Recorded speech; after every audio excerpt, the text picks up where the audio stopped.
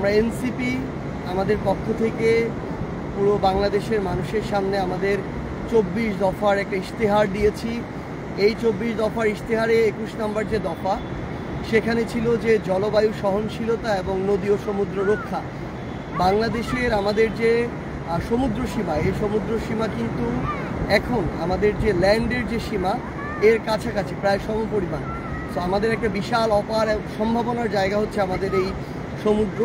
এখন সবচেয়ে গুরুত্বপূর্ণ হচ্ছে এই সমুদ্রকে, এই ব্লু জিনিসটাকে আমরা কীভাবে ব্লু ইকোনমিতে পরিণত করতে পারি, আমরা কিভাবে আমাদের এই যে বায়োডাইভার্সিটি জীববৈচিত্র্য রক্ষা করতে পারি, আমরা কিভাবে আমাদের জায়গা থেকে আমাদের এই যে সমুদ্র তীরবর্তী যে মানুষেরা রয়েছে তাদের যে সাস্টেইনেবল একটা জীবন ধারণ সেটা নিশ্চিত করতে পারি।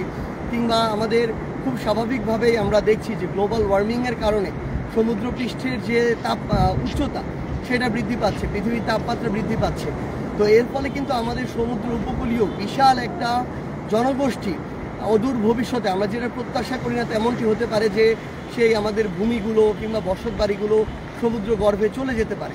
তো সেই জায়গায় আমাদের প্রয়োজনীয় ব্যবস্থা নেওয়া এবং আমাদের এই সকল জায়গা থেকে সরকারের কিছু গুরুত্বপূর্ণ দায়িত্ব রয়েছে। যেমন এই যে পূর্বাভাসগুলো দেয়া হয়, এগুলো যেন অন্তত একটা নির্ধারিত সময়ের পূর্বে দেয়া হয়, যেন এর ফলে মানুষের যে ক্ষয়ক্ষতি হওয়া এটা যেন কমে আসে। ওইটুকু জায়গায় আমাদের সক্ষমতা অর্জন করা প্রয়োজন। আমাদের এই সমুদ্র, আমরা এখন কক্সবাজারে আছি, এই সমুদ্রটাকে যেন আমরা আমাদের সম্পদে পরিণত করতে পারি। সর্বোচ্চ ধরনের খনিজ সম্পদ থেকে শুরু করে এগুলো যেন আরোহণ করতে পারি এবং এই আহরণটা যেন খুব স্বাভাবিকভাবে সাস্টেইনেবল ওয়েতে হয়, এগুলো আমাদের নিশ্চিত করা প্রয়োজন। এবং আমাদের দিন শেষে যদি আমরা আমাদের নদীকে রক্ষা করতে পারি, সমুদ্রকে রক্ষা করতে পারি, আমরা মাছে ভাতে বাঙালি বলতাম নিজেদেরকে, সেই আমাদের মৎস্য সম্পদের যে বিশাল এক আধার সেটা কিন্তু আমাদের নদী এবং সমুদ্র, এবং আমাদের যোগান আসে এখান থেকে। তো আলটিমেটলি আমাদের সব কিছু জীবন ধারণ, চলাচল, বসত বাড়ি, খাওয়া দাওয়া, লাইফস্টাইল আমাদের নদী এবং সমুদ্রের সাথে জড়িত। আমাদের এই জন্য আমরা মনে করি যে আমাদের এই টেকসই নদী এবং সমুদ্র আমাদের দরকার। এবং দিন শেষে আমাদের এই যে জলবায়ু, আজকে আমরা দেখতেছি যে কক্সবাজারে যেখানে সেখানে কয়েকটা ইট পাথর বালি এনে বিভিন্ন বিল্ডিং তুলে ফেলা হচ্ছে, কোনো ব্যবস্থাপনা নাই, যেখানে সেখানে মানুষ জমি দখল করছে, যেখানে সেখানে সরকারিভাবে সরকারের বিভিন্ন লোককে টাকা দিয়ে অবৈধভাবে লিজ নিচ্ছে। আমরা দেখছি যে সমুদ্র সৈকতের পারে এখানে প্রাচীর দেয়া হচ্ছে, আমরা জানি না এগুলো কোন গবেষণার ফলাফল আসলে।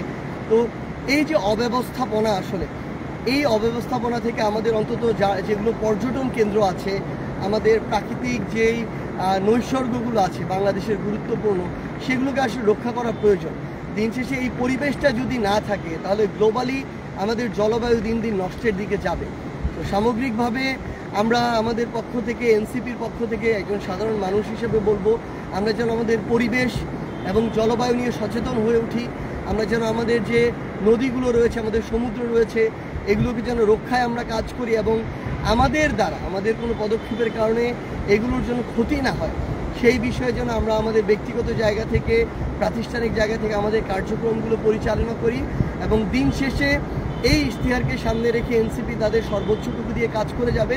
ইনশাআল্লাহ আমরা একসাথে আমাদের এই যে কাঙ্ক্ষিত বাংলাদেশ, যেই বাংলাদেশে আমরা সুন্দর করে আমাদের পরবর্তী প্রজন্ম সহ পরবর্তী প্রজন্মকে সামনে রেখে বেঁচে থাকতে চাই, সেই বাংলাদেশ আমরা গড়ব যেখানে গ্লোবাল ওয়ার্মিংয়ের যে একটা প্রভাব, এই প্রভাব তুলনামূলক কম থাকবে। কার্বন নিঃসরণ করে ওই উন্নত যাদেরকে বলা হয় দেশ, তারা আর ভুক্তভোগী হয়ে আমরা। আমাদের এই বিষয়ে বৈশ্বিকভাবে আমাদের সকল দাবিগুলো তুলে ধরতে হবে এবং আমরা যেন সকলে সচেষ্ট হই। আমরা যত্রতত্র প্লাস্টিক ব্যবহার এটা যেন বর্জন করি আমাদের জায়গা থেকে। এবং আরেকটি গুরুত্বপূর্ণ কাজ হচ্ছে এই যে অব্যবস্থাপনা, জমি দখল, মানে সমুদ্র পারে কে কতটা জমি দখল করে কী ধরনের রিসোর্ট তৈরি করবে, কি করবে, কে হোটেল দিবে, এগুলোর প্রতিযোগিতা চলতে থাকে।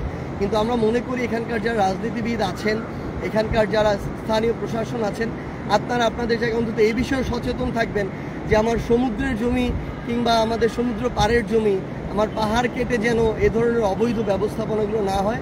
আমরা ইনশাআল্লাহ একসাথে আমাদের সুন্দর যে বাংলাদেশ, সেই বাংলাদেশ গড়ে তুলব। ইনকিলাব জিন্দাবাদ।